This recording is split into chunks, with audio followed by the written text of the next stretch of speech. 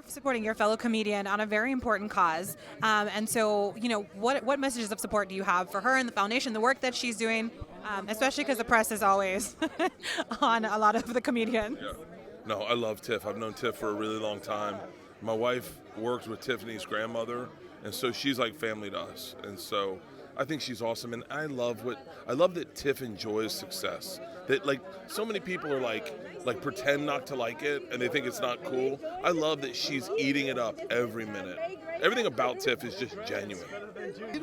This is most important. Like just whatever let's just get past the foundation. I hope people just realize that it's like if you're ever in a position to give back, do it. You know what I mean? Like my job is.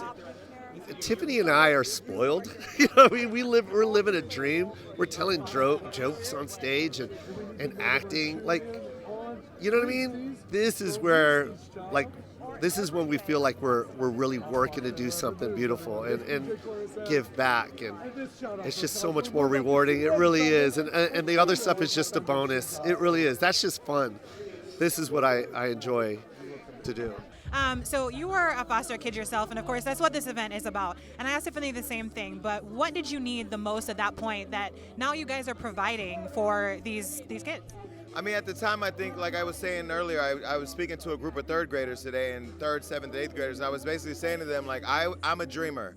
I've always been a dreamer. I was watching TV as a kid, watching Michael Jackson and Prince, saying I want to be like them, I want to know them, and I ended up talking to Michael, and I ended up dancing with Prince.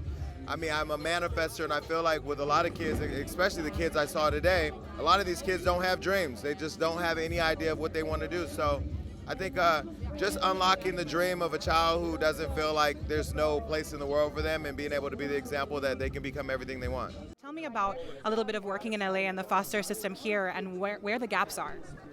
We work in the local community right here in Los Angeles, California, but also in local communities across the country. The foster care system has over 400,000 youth impacted every single year.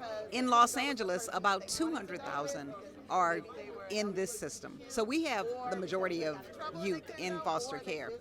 Transitioning through the system every year, we'll find about 2,000 children who end up being homeless or unsheltered. And so the work that we do is important because what Tiffany's done is prepared youth for the future. We do a program, a summer internship program in the entertainment industry where we place our young people who are in college into entertainment industry jobs. We also have our luggage giveaway, which we do all across the country, giving away thousands of pieces of luggage a year.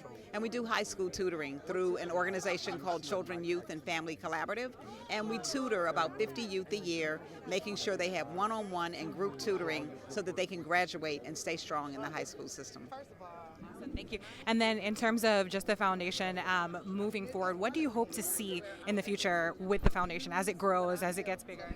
One of the main things that the foundation has as a goal is to have Tiffany, you already understand what an impact she has on the world, but with foster youth, they really look at this person, at Tiffany Haddish, who stepped up and said, I was a foster youth. I am from that foster world. And a lot of people don't like to admit that. So when Tiffany does that, it makes them feel stronger. So one of our biggest goals is to have Tiffany go to Congress, banging those doors down, and make some changes for foster youth.